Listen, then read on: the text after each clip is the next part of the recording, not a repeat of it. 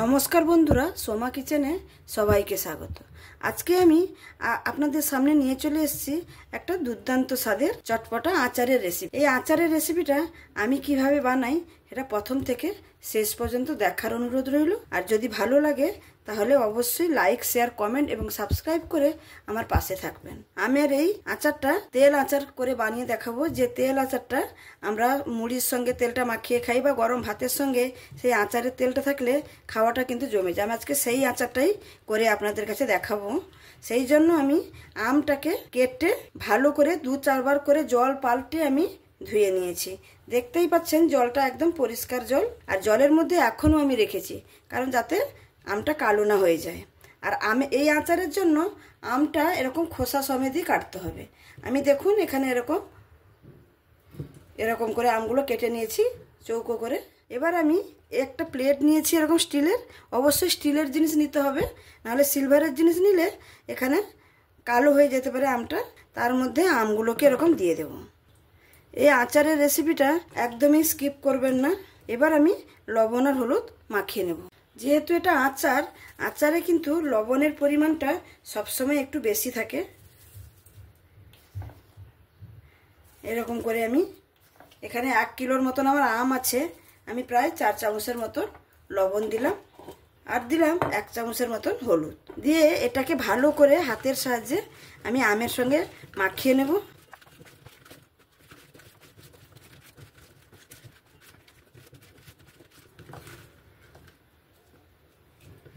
এই আম তেলের আচারটা বন্ধুরা কিন্তু এখানে স্কিপ করবেন না, পুরো ভিডিওটা আমার দেখবেন, তবে গিয়ে এটা বুঝতে পারবেন কি করে বানাচ্ছি।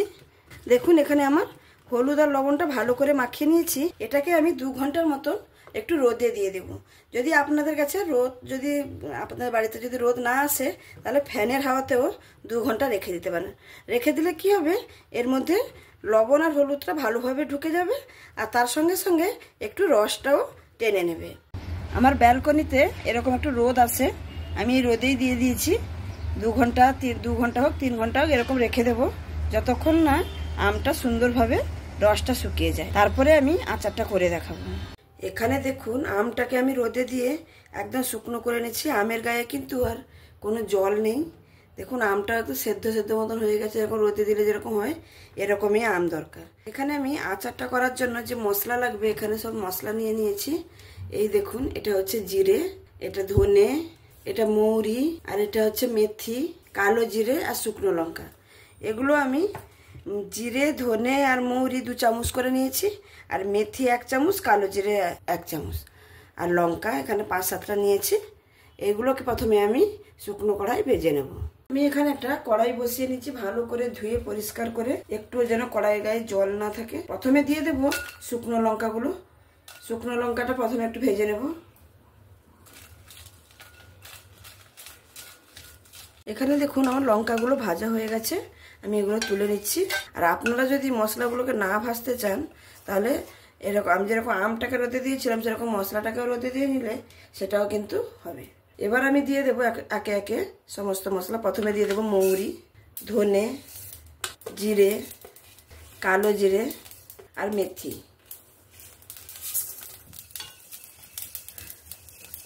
আমি এখানে খুন্তিটা চেঞ্জ করে নিয়েছি। মশলাটা কোনো মতেই এখানে বেশি ভাজা যাবে না। এই দেখুন চটপট করে আওয়াজ আসছে, ততক্ষণ পর্যন্ত ভেজে নিতে হবে যতক্ষণ না একটা মশলা থেকে সুন্দর গন্ধ ছাড়বে। মশলাটা এখানে আমার ভাজা হয়ে গেছে, এবার আমি নামিয়ে নেব। এর থেকে কিন্তু বেশি ভাজলে মশলাটা পুড়ে যাবে। আমি গ্যাসটা বন্ধ করে দিয়েছি, দিয়ে মশলাটাকে অনবরত নাড়াচাড়া করছি, দিয়ে এবার এটাকে আমি নামিয়ে নেব। এখানে দেখুন আমি সমস্ত মশলাটা ভেজে তুলে নিয়েছি। এটা ঠান্ডা করে আমি মিক্সিতে গুঁড়িয়ে নেব। এখানে ওই কড়াইতে আমি আচারটা তৈরি করব। আচারটা সবসময় সর্ষে তেলে করতে হয়, আর সর্ষের তেলটা মানে একদম খাঁটি হওয়া চাই।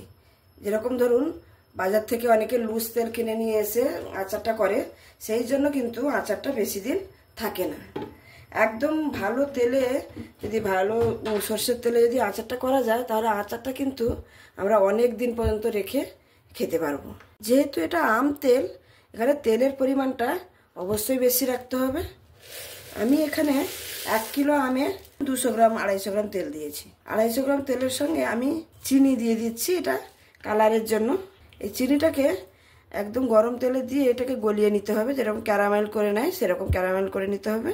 দেখুন এখানে চিনিটা ক্যারামেল হতে শুরু করেছে। এই সময় গ্যাসের ফ্লেমটাকে একদম স্লোতে রেখে এবার আমি দিয়ে দেবো ফোড়নের জন্য 5 ফোড়ন।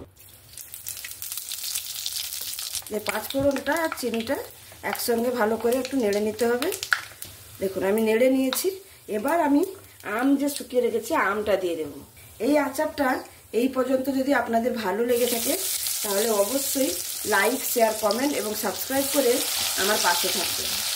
আর যদি খুব ভালো লাগে তাহলে বন্ধুবান্ধবদের সঙ্গেও শেয়ার করার অনুরোধ রইল। দেখুন এখানে আমি আমগুলো সব দিয়ে দিলাম।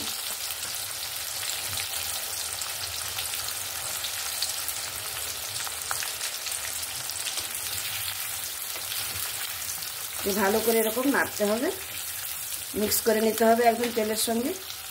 এই তেল আমটা তৈরি করা খুবই একটা সহজ রেসিপি। এই যে আমি আমটা দিয়েছি তেলের উপরে, যতক্ষণ না আমটা একটু সেদ্ধ হয়ে যাবে ততক্ষণ আমাকে নাড়াচাড়া করতে হবে এরকম। এখানে দেখুন আমটা প্রায় অর্ধেক সেদ্ধ হয়ে এসছে। এবার আমি তো লবণ মাখানোই ছিল, আর আমি তারপরেও একটু সামান্য লবণ দিচ্ছি, প্রায় 2 চামচের মতনই। আমটা যেরকম টক সেরকম বুঝে দিতে হবে। নাড়াচাড়া করে নিয়েছি। এরপরে আমি দেব সামান্য একটু হলুদ, 1/2 চামচের মতন একটু হলুদ দিয়ে দেব। হলুদটা দিলে আচারের কালারটা কিন্তু দারুণ আসবে। আমি এখানে দেখুন হলুদ আর লবণ দিয়ে ভালো করে এটাকে মিক্স করে নিয়েছি। আমটা যতক্ষণ না একদম পারফেক্ট সেদ্ধ হয়ে যাচ্ছে ততক্ষণ তেলের মধ্যে কিন্তু এরকম করে ভেজে নিতে হবে। পারফেক্ট সেদ্ধ মানে কি একদম ঘেটে যাবে না, কিন্তু আমটা সেদ্ধ হয়ে যাবে এরকম।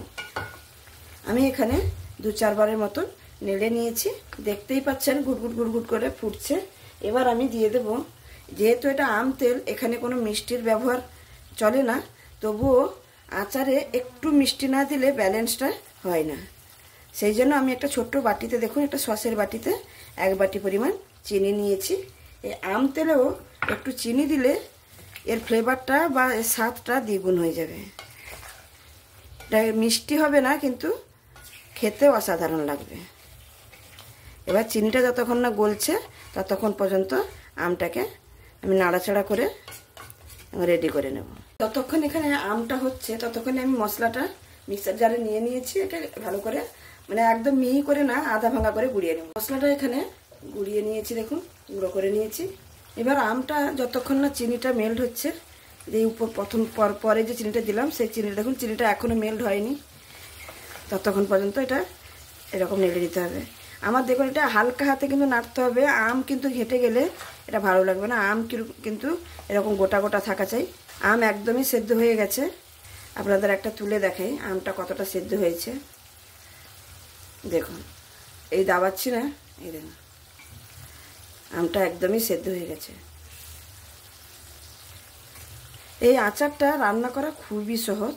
এখানে আমার চিনি প্রায় গলে গেছে, একদমই গলে গেছে। আর আমি এখানে একটা আম এরকম তুলে চেক করে নিয়েছি যে লবণটা ঠিক আছে কিনা, একদম পারফেক্ট লবণটা আছে।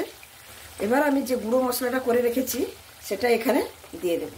আচারটা আমার রেডি হয়ে গেল, একদম কমপ্লিট। খালি মশলাটা দিয়ে দিলেই এখানে হয়ে যাবে।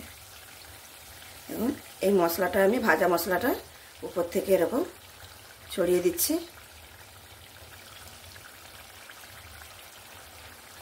দিয়ে আবারও আমের সঙ্গে ভালো করে মাখিয়ে নেব। দেখুন মশলা দিয়ে আমি ভালো করে নাড়াচাড়া করে নিয়েছি।